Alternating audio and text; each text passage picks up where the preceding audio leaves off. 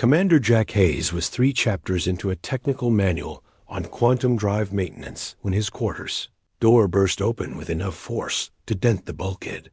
A blur of violet skin and flowing silver fabric tumbled through the entrance, crashed into his desk, and sent his coffee mug spinning across the floor.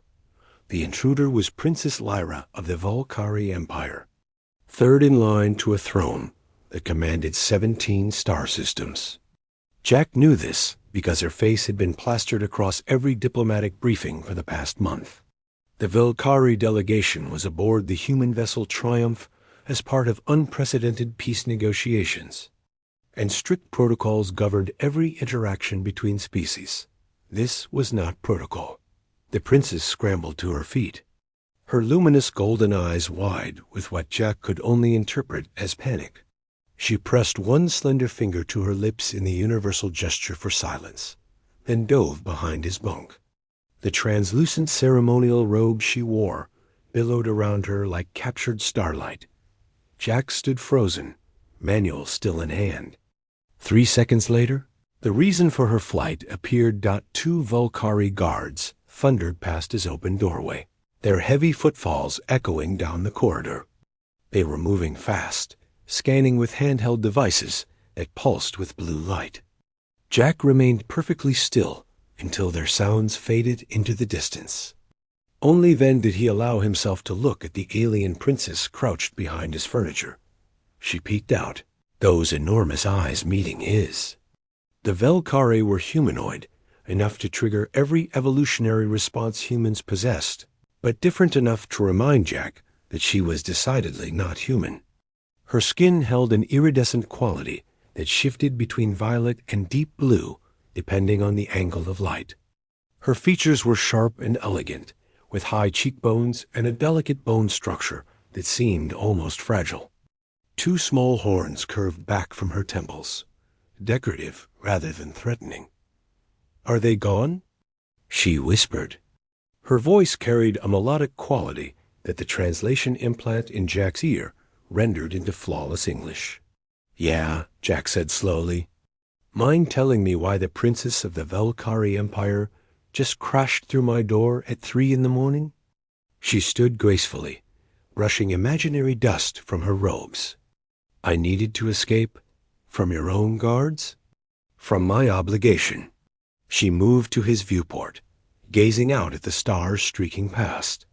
"In 48 hours, I am to be joined with Prince Kelver of the Northern Territories.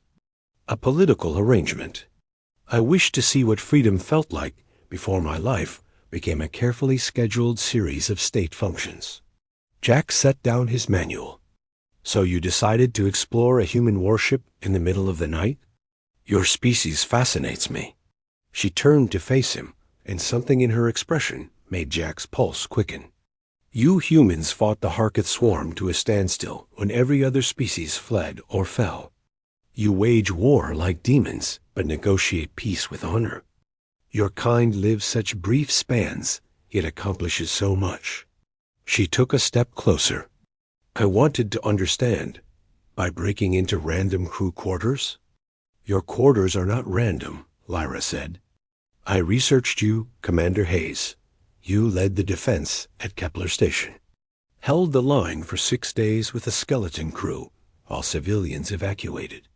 They say you are a tactical genius. They exaggerate. Do they?"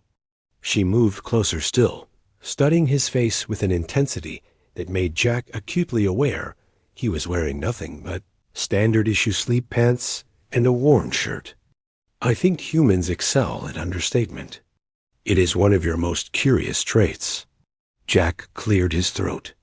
"Your Highness, with respect, you need to return to your delegation. If anyone finds you here, it could compromise the entire peace process.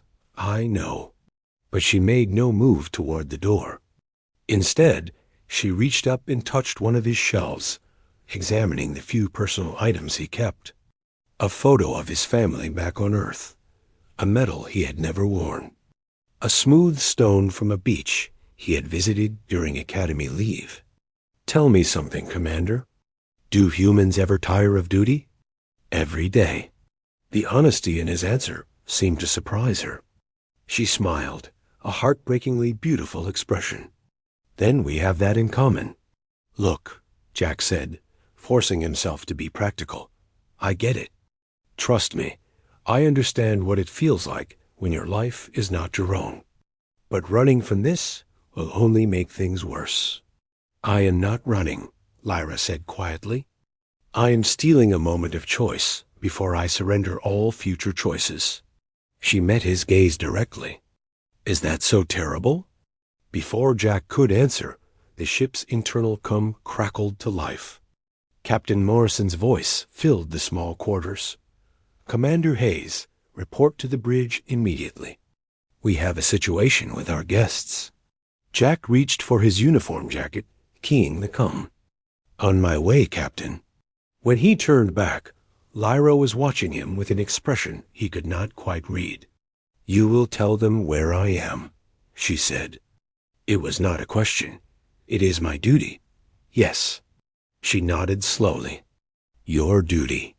Then her expression shifted into something almost mischievous. Before you do, I should tell you something. What? She leaned in close, her breath warm against his ear. I am not wearing anything underneath, she whispered. Jack's brain short-circuited for approximately 3 seconds. When it rebooted, Lyra was already moving toward the door, her laughter like chimes in solar wind. She paused at the threshold. A moment ago, you were prepared to fulfill your duty without hesitation, she said. But now you are thinking about what I said. You are human, after all. Her smile turned knowing. We Valkyrie understand your species better than you think, Commander Hayes. You are warriors and poets, pragmatists and romantics. You contain contradictions that would tear other species apart, yet you thrive because of them, not despite them. What's your point? My point is that you will report my location because duty demands it. But you will also give me a 2-minute head start because something else demands it too. She tilted her head. Am I wrong? Jack stared at her. Every regulation, every protocol, every bit of training screamed at him to hit the com immediately. But she was right. He was going to give her exactly 2 minutes. You are playing a dangerous game, Your Highness. Life is a dangerous game, Commander. She bowed slightly, a gesture of respect that seemed genuine. Thank you for the conversation, and for understanding that sometimes duty and mercy can coexist. Then she was gone, slipping into the corridor with the grace of falling water. Jack counted to 120. When he finally keyed the com to report the princess's last known location, he added that she had been heading toward the observation deck on level 7. She had actually turned toward level 5. The 2-minute delay and the misdirection gave her perhaps 10 minutes of freedom. Not much, but more than she would have had otherwise. Captain Morrison was furious when Jack reached the bridge. The Valkyrie ambassador was demanding answers. The human diplomatic corps was having a collective nervous breakdown. Through it all, Jack maintained that the princess had burst into his quarters. They had spoken briefly, and she had fled before he could stop her. All technically true. They found her 20 minutes later in the ship's botanical garden, sitting beneath a earth oak sapling and staring at its leaves with something like wonder. She went with her guards peacefully, but not before catching Jack's eye across the garden and offering the smallest of nods. The wedding negotiations continued. The peace talks succeeded. Princess Lyra married her prince and returned to Valkyrie, space to begin her life of carefully scheduled obligations. But 3 months later, a package arrived for Commander Jack Hayes. Inside was a smooth stone, similar to the one from his shelf, but clearly alien in origin. The note was brief. Thank you for teaching me that duty and choice are not always enemies. The Valkyrie remember kindness. So do I. It was unsigned, but Jack knew. He kept the stone on his shelf, next to the one from Earth. Sometimes, during the long watches, He would look at it and remember the night an alien princess crashed into his quarters and reminded him that even the smallest acts of mercy mattered not, that even in a universe of duty and obligation, there was still room for understanding between species, still room for the brief, stolen moments that made life worth living, still room for humanity.